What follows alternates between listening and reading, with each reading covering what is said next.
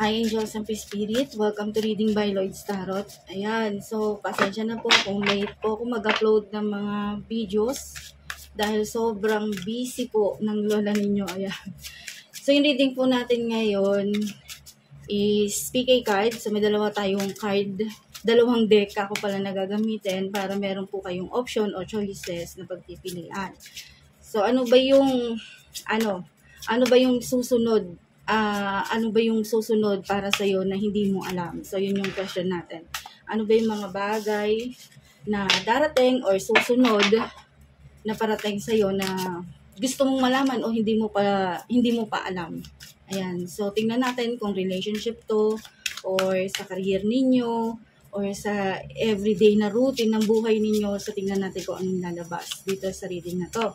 So, meron tayong dalawang deck. So, ito yung first deck at ito yung second option ninyo kung ano po yung pagpipilian ninyo. Ayan. So, meron po kayong dalawang option. Ito or ito. So, 1 and 2. Okay po ba? Ayan.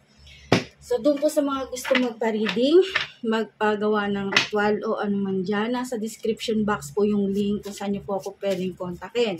Sa Facebook page po ako madalas nagre-reply sa mga client. Di po ako masyado nagre-reply dun sa mga nagme-message sa akin sa YouTube.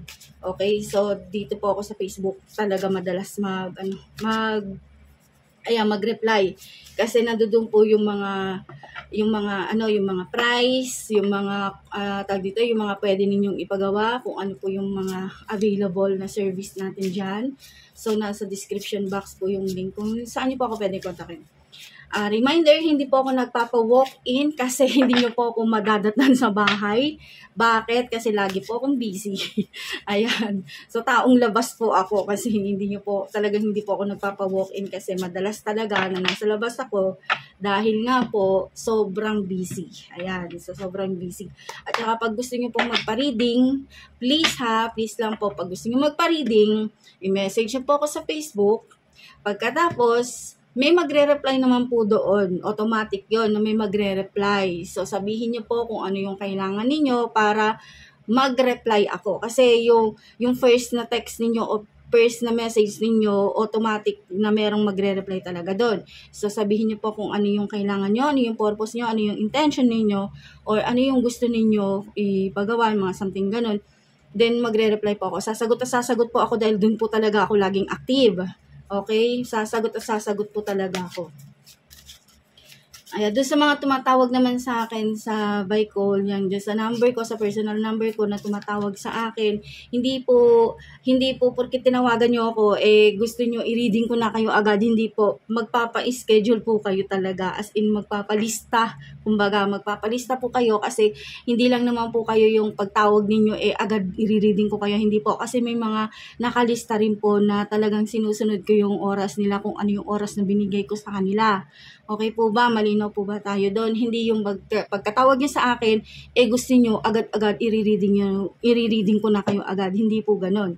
Okay? So, magpapalista po kayo doon sa Facebook page. Ayan, kung ano po yung slot na binigay ko sa inyo, yun po yung oras ninyo, yun po yung ibibigay ko sa inyo kasi yun po yung available. Hindi po yung pagkatawag ninyo sa akin, ura-urada, gusto niyo i-reading ko na kayo. Hindi po ganon. Okay? So, magpapalista po kayo. Ayan. So, ano yung mga next na darating sa'yo? Ano yung mga next na gusto mong malaman na parating sa'yo? Okay? So, hindi natin alam kung ang i-reveal ba nito is relationship o love life ninyo or career ninyo. So, tingnan natin.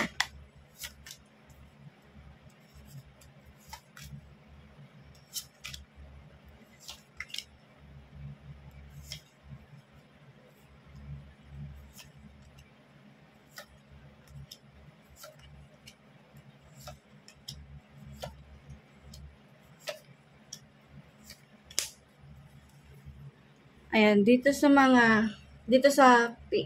option 1 na kuha natin, okay? So, ano ba yung mga next na parating sa'yo na gusto mong malaman, okay? So, eto, nababibe ko. So, some of you, may nababibe naman ako dito na yun nga, tungkol sa career, may kinalaman sa career ito. At the same time, may kinalaman din sa family. Ayan, some of you. Ano to? Yung nababibe ko dito is yung tungkol ito sa pag-a-abroad ninyo. Ayan. Kasi may nababibe ako dito na matagal na kayo nag-aantay ng mga visa ninyo na hanggang ngayon hindi pa dumarating. Okay? So, nakikita ko kasi dito na medyo naiinip na kayo pagdating sa ninyo dahil matagal at mahaba yung proseso at matagal kumuha ng slot ng mga visa. Ayan. So, yun yung nababibe ko dito. Okay? So, may kinalaman dito sa career ninyo na yun yung kinakaharap ninyo ngayon, yung tungkol dyan sa visa na yan. So, nababibe ko sa of you naman dito, nakikita ko yung iba makakakuha ng visa, ayan. So, makakabalik ulit sila sa abroad na pupuntahan nila, yung kung ano man yung lugar na pupuntahan nila. At some of you, may nababibe ako dito na mag-expired. Okay? So, merong expiration yung nakikita ko dito, yung visa nila. So, may nababibe ako dito na maaaring magpalit ka ng, magpapalit ka ng ibang trabaho na inaantay mo is matagal pa. Okay? Pero may nababibe ako dito na some of you is matutuloy din at makakaalis din dun sa inaantay nilang visa. Okay? So, next na nababibe ko dito is regarding ito sa family. Ayan. So, dating masaya na naging broken family. Okay? So, sa may nakikita ako dito na another chance na magkakaroon ka ulit ng second, yan yung second na family na bubuuin mo at bubuuin din ng partner mo. So, doon sa mga bago pala na maghihiwalay, may nakikita ako na dito na both side na magkakaroon din kayo ng kanya-kanyang pamilya. So, yun yung nakikita ko dito. Okay? So, general reading po ito, hindi to personal reading. Kaya kung gusto niyo po magpa-personal reading, nasa description box yung link ko sa inyo po ako pwedeng kontakin at doon po kayo mag-message sa akin pag gusto niyo magpa-reading ng personal ninyo, pero hindi walk-in online tayo. Okay? So magpapalista kayo doon sa page, ayan, para mabigyan ko kayo ng slot. At remember, hindi po yun free kasi may bayad po talaga yun. Okay? At challenges na pinagdadaanan ng karamihan sa inyo. Okay? So may nababibe ako dito na related ito sa relationship, sa love life niyo. Mahal naman kayo ng person ninyo. Kumbaga nandoon yung love. Ang kaso merong pagka-pride itong person ninyo. Masyadong ma-pride, mataas ang ere. Alam mo yung tawag dito, binubuhat niya yung sarili niya at pinagmamalaki niya yung sarili niya na ganito siya, ganito, ganyan, ganun. So, yung nakikita ko dito, some of you, paramihan sa mga babae, na nakikita ko dito, ayan, parang nilulunok na lang yung pride nila dahil nga masyadong maere itong person ninyo. Yan. Pero yung love nitong person ninyo, nandoon pa rin. Kahit na pinapakitaan kayo ng hindi maganda, nagsasalita sila ng hindi maganda sa'yo, tagagalit sila sa'yo, pero nandoon yung love. Okay? Nandoon yung love niya, namumuo yung love niya. Nandoon pa rin, hindi pa rin nawawala. So, sa advice na nakikita ko dito, some of you may sumuko na lang kasi parang hindi na nila kaya. Ayan, so nakita ko dito na talagang susuko na kasi yung love niya parang hindi na tinatanggap nitong person ng kabilang party, yung love na ino-offer nitong si feminine dito kay masculine kasi as in talagang wala na. Okay? So wala na yung love na some of you wala na yung love. Kaya etong si feminine na nakikita ko dito talagang yung love niya is broken na. Kumbaga wala na siyang magawa. Kasi nga, etong si person niya, kumbaga may napili na or namili na siya. Okay? So, yun yung nababibe ko dito. At some of you, dito sa feminine na to, regarding dun sa kanyang pinagdadaanan ngayon, is nakikita ko dito na talagang na-trauma siya dito sa relationship na pinagdaanan niya nitong current. Okay? So, sa outcome na nakikita ko dito, ayan, so sa outcome na nakikita ko dito doon sa mga hindi pa nakaka-move on, so may paraan naman kung gusto ninyong ma-recover itong lahat ng ito. Kumbaga, kung nandoon pa yung pagmamahal ninyo doon sa person ninyo at gusto ninyong ipaglaban, so meron naman option, may paraan naman kung tutuusin. So, hindi nawawala yung dito. Kumbaga, yung option na pwede mo pang inaban. Pero nasa sayo yan, kung i-give up mo na lang, nasa sayo din yan. Pero kung ilalaban mo, nasa sayo din yan. Gaya ng sinasabi nitong card. Ayan, so sa, na tayo, proceed tayo sa group 2.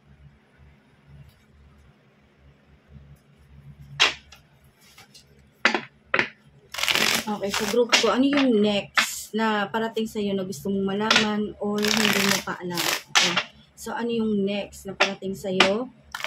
Pwedeng love life mo, pwedeng career, at kung ano-ano pa. Kasi general reading naman to. Para to sa mga group 2. Okay. Ano yung next na parating sa'yo na gusto mong malaman at hindi mo pa alam? Kaya, yun. Tingnan natin kung ano yung i-reveal niya. Ano yung next na parating sa'yo?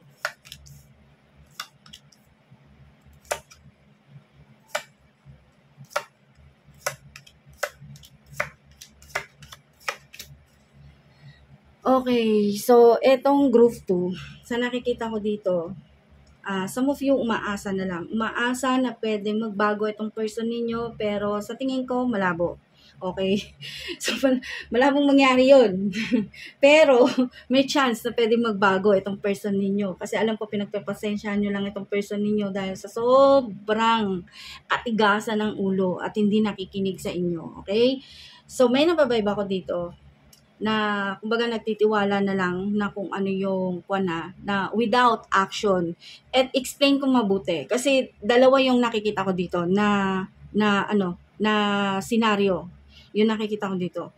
So some of you, may nababayba ko dito na parang hinayaan nyo na lang na ang mindset niyo is bahala na si universe. Pero wala kang ginagawang action. Gets nyo po ba ibig ko sabihin? Kumbaga, nagtitiwala ka na lang sa universe, pero wala kang ginawang action.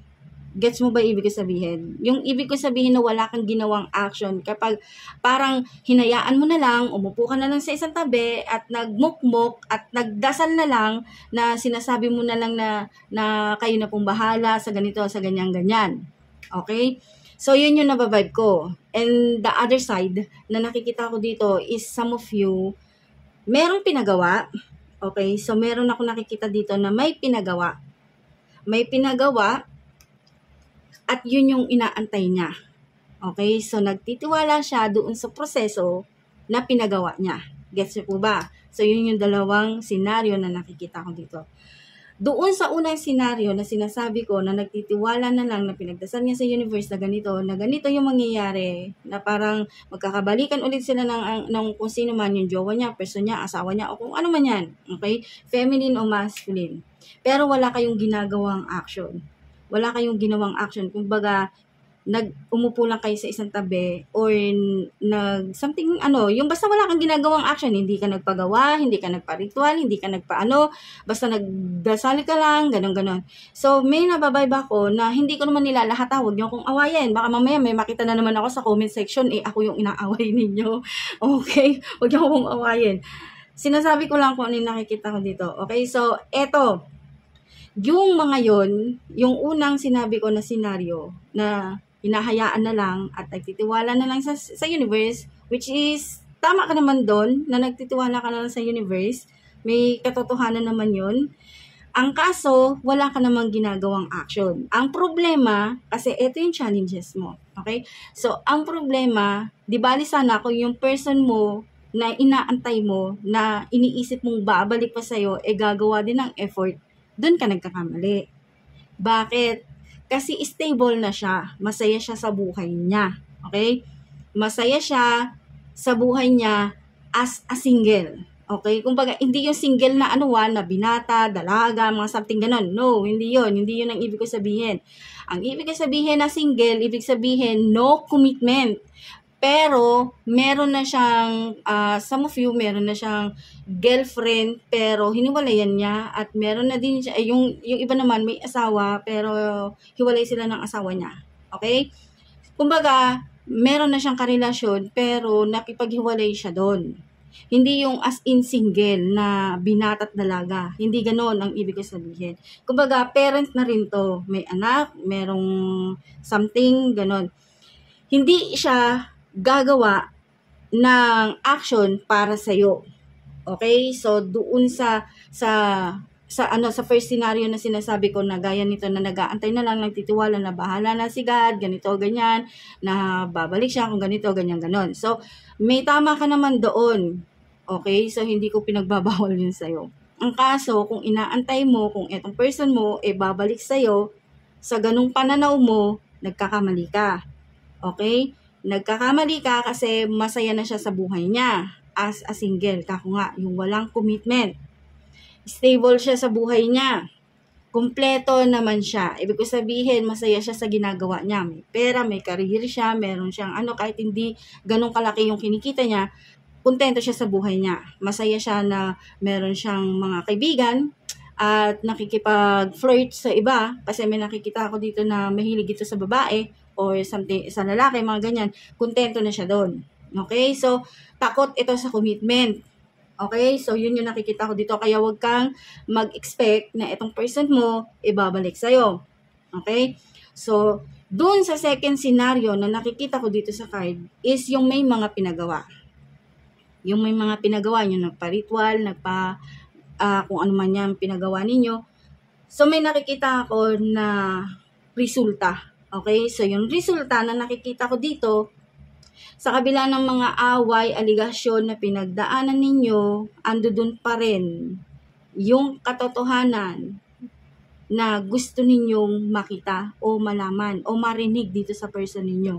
Kumbaga, i-reveal or magko-confess siya sa inyo. Yun yung nababibe ko dito, dun sa mga may pinagawa. Meron akong nakikita dito na something seryoso na pag-uusapan ninyo. Kumbaga, nandoon na yung parang aamin siya, kumbaga, malaging mag-update, magsasabi siya ng mga, yung times na hindi kayo nag-uusap, hindi kayo nagkikita, ganito yung nangyari sa kanya, ganito yung nangyari, ganito, ganyan. Kumbaga, nandoon na, yung nag-open up na siya sa'yo. At pinagkakatiwalaan kanya na kung dapat niya na bang sabihin yun o hindi pa. So, yun yung nababibe ko dito. Bakit? Kasi yun yung pinagawa ninyo. Yun yung nababibe ko dito. Kasi yun yung benefits ng mga pinagawa ninyo. So, patient kasi may nakikita ko dito na yung mga nagpagawa is yun, makukuha nyo yung gusto ninyo. Gaya ng sinasabi dito. Kumbaga, yung gusto ninyo na mangyari is yun yung mangyayari. Okay? So, yun yung second scenario natin. Ngayon, etong person ninyo, kung eto ay ma-pride, okay? So, may nakikita ko dito na maglolo, siya, yung parang magpapakumbababa, ganun.